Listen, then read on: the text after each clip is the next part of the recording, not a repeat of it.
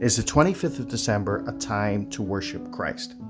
There's been a massive attempt over the years to muddy the waters, including bringing in the idea of Saturnalia and worship of Saturnalia, or the worship of Sol Invictus. Yet Saturnalia falls between the 17th to the 22nd of December, not the 25th. And we know that Sol Invictus was brought in later under Emperor Aurelian as the 25th of December as a worship of his birth. However, go back 70 years and you get to the time of St. Hippolytus, and we know that the church fathers, the early church fathers, had already designated the 25th of December as the most likely time for the birth of Yeshua, the birth of Christ. You see, there's a massive attempt by the enemy to continually muddy the waters, because if he muddies the waters, he disturbs the basis of your faith. And when he disturbs the basis of your faith, you're more likely to go down a diversionary strategy or a diversionary path. And then we know that when you go down this diversionary path, this path of distraction, it brings division. And the enemy knows that division is a key strategy to make you fall. A house divided against itself cannot stand.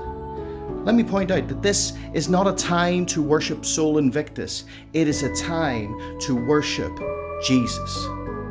He came, he was born for our benefit, and he died for our sins. This is the day that the Lord has made. I will rejoice and be glad in it. We are to worship him every single day. Not just on the 25th of December, not just on the lead up. We are to worship him every single day.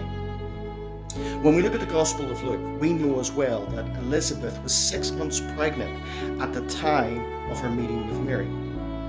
And as she met with Mary, we can trace it back and find, well, if she was 6 months pregnant then, when did she get pregnant?